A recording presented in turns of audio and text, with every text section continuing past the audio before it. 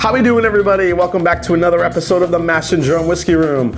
I am Jason C, and if you're a subscriber, welcome back. If it's your first time here and you're looking for the latest in whiskey and bourbon news and reviews, you have come to the right place. So think about hitting that subscribe button and hitting that bell notification so you know when I'm putting out a brand new video.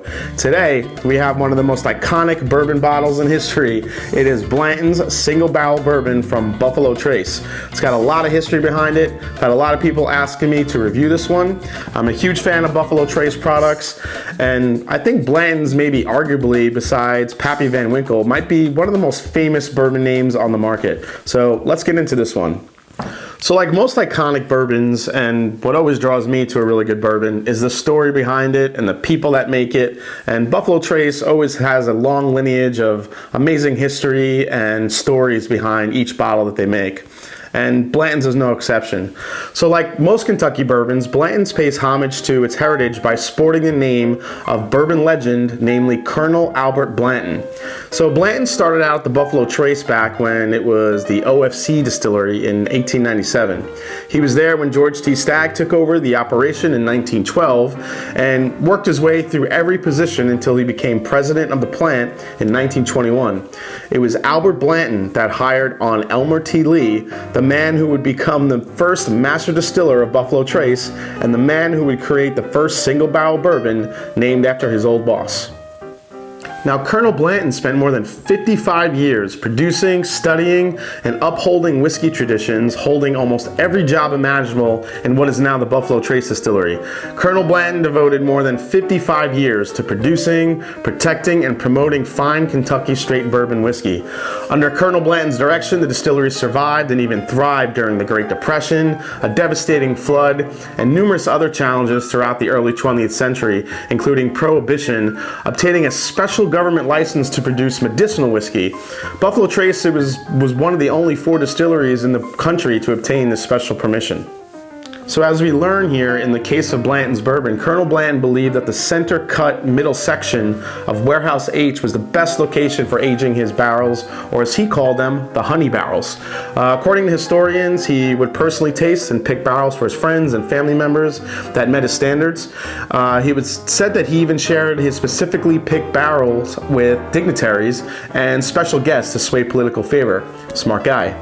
Elmertlee would then carry on this tradition after Colonel Blanton died in 1959. So now, after all this amazing story of such an amazing and iconic bourbon figure in history, Colonel Blanton's invaluable contributions to the distillery and the industry as a whole are now honored with Blanton Single Barrel Bourbon. Introduced in 1984 by elmertlee, at a time in the 1980s, which is generally considered one of the worst periods for American whiskey, with a lot of distilleries closing and brands being consolidated to a few large distillers. So launching a premium bourbon brand at the time would seem pretty insane, but that's exactly what elmertlee did. And in doing so, he revolutionized the industry by creating the super premium category of bourbon with the world's first single barrel bourbon. Now, one of the best things about Blanton's is the bottle. It comes in one of the most iconic bottles in bourbon, and it has the distinguished horse racer on top. In actuality, Blanton's comes with 8 different stoppers, each one featuring a rider in a different pose and a letter by his horse's right rear leg. Each pose represents the rider in a different position during a race, from sitting upright at the start to his arm up in victory after crossing the finish line. Collect the whole set, and BLANTONS is spelled out. Recently visiting Buffalotrace myself, I also learned that every single bottle of Blanton's that is bottled for the US and abroad are all hand-labeled, corked, and hand-waxed in a room about the size of a large kitchen. It's amazing. Yeah, this really is a special looking bottle. Colonel Blanton, the man behind it, and elmertlee and how he revolutionized the bourbon industry. You're really holding a piece of history here. Now, let's talk a little bit more what's in the bottle. So Blanton's bourbon is sourced from the higher rye mash bill made at Buffalotrace, which is known as mash bill number 2. Buffalotrace doesn't really disclose the exact mash bill proportions, but mash bill number 2 is thought to be about 12 to 15% of rye grain. Other popular brands that you may know that use mash bill number 2 are elmertlee, which I have right here, Ancient Age, and also Rock Hill Farm Single Barrel. Now, while you guys are getting a little bit closer look at the bottle, I'm going to tell you a little bit more about this particular one. So Blanton's is a single barrel bourbon, as we know, and this is bottled at 93 proof. So for this review, this particular barrel is barrel number 841 from Rick number 56 of Warehouse H, and it was dumped on December 19th of 2017. An age statement is not included, but the bourbon is generally assumed to be around 8 to 9 years old, and shelf price for Blanton's is usually between around $50 to $60. All right, guys, so let's open up a bottle of Blanton's. So what I want to do is close up here on the opening of it because it's such a cool looking bottle. You see that wax here that was that's hand waxed every single bottle, which we mentioned. So going to start with pulling these tabs here and then working your way around, pulling out that iconic wax. And then getting the horse race. As you saw, this is letter S. So this is the final one with the racer holding his fist up mightily in the air that he just won. And now we're gonna pull. Oh, nice little pop top. All right, so I got my my winning horse here, the last letter. Cork smells great. Let's go in for a pour, guys. Ooh, that was a nice hefty pour, as always. Let's put the horse rider back in. And first let's start with the color, guys. Has a really nice color to it. Nice honey, slightly darker honey color. It's really coating the glass real nicely. It really gives you that feeling that's gonna really kind of coat your palate. So, all right guys, let's get into the nose. Very excited, here we go. Wow, so right off the bat, citrus notes. That's probably due to a little bit of the higher rye mash bill. I usually pick up some citrus flavors when it's a little bit higher of a rye bourbon. Toffee, caramel, really nice corn sweetness in there. You can definitely still smell it past that rye mash bill. Now you're starting to get the oak and that sweet barrel char coming through. Such an inviting nose. Right on the back end there, get a little bit of clove, maybe a hint of tobacco in there too, like sweet tobacco. It's a really well balanced nose. It takes you through sweetness. You get some oak in there, some oak char. It's really well balanced. So now for the moment I've been waiting for is let's give it a taste, guys. Cheers, everyone.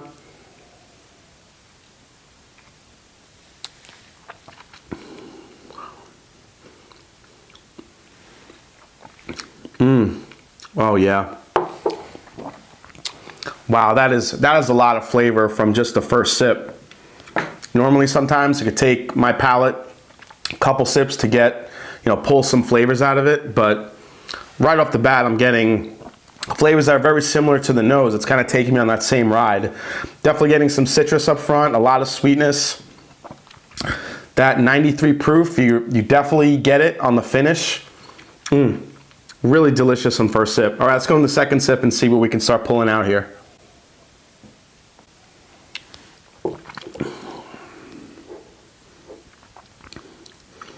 Wow.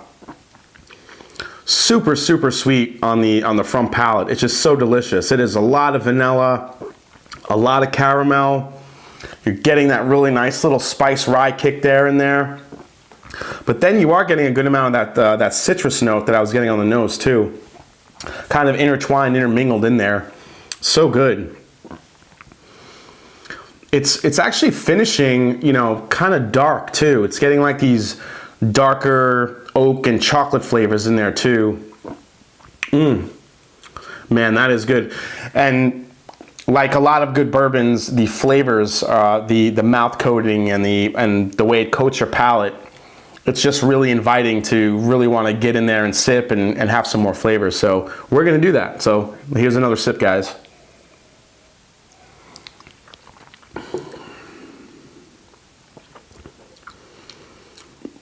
Oh, wow. All right, so the citrus and the vanilla, they kind of kick off the front of the palate, and as it works its way through, you're getting a little bit citrus, and then on the finish, you're getting a nice, little bit of a burn there from the 93 proof.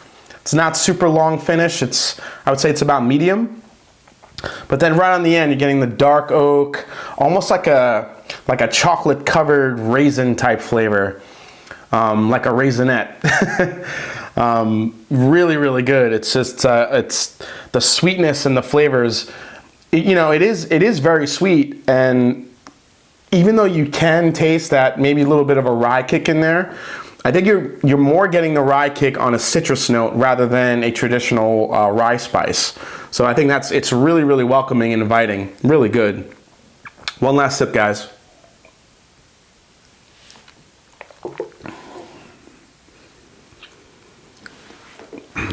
Yeah, just what I said. I mean, now it's just, as it opens up, it's just getting sweeter, caramel. It's really becoming a really big kind of a vanilla bomb right now. A lot of vanilla in here. That citrus spice rye kick is still kind of mid-palate, and then finishing with that really nice, that rich oak and almost like a dark, like a chocolate-covered raisin flavor. It's just so good. It's so well balanced. It's just such an amazing bottle. I love this stuff. So as you can tell, Blanton's for me just such an iconic bottle, such a special bottle of bourbon. I love talking about it. I couldn't recommend a bottle of bourbon more for someone to not only have in their collection, but somebody who's really starting to get into bourbon, wants a bourbon with a great story behind it. And I think this bottle, you know, there are others, but this bottle in particular can really signify what bourbon is about. And that's sitting down with a group of friends, popping open the bottle, pouring everyone a dram of this, and telling the story behind it. And while everyone kind of sits around and listens to it, it's an amazing story. It's a great bottle of bourbon. And if you can find it for $50 or $60 on the shelf, I couldn't highly recommend a bourbon more. So definitely pick it up if you see it. All right, guys. Well, thanks for stopping by the mashanddrum Whiskey Room today. I really appreciate it. Hope you enjoyed this episode. I had a lot of fun shooting it and creating it. It was a lot of fun.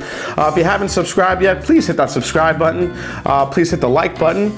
Please find me on Instagram. I love chatting with you guys. You could also now find me on Twitter as well. And as I always say, it is not about the whiskey. It is the people you share it with, especially Blanton's. So cheers, everyone, and I'll see you next time.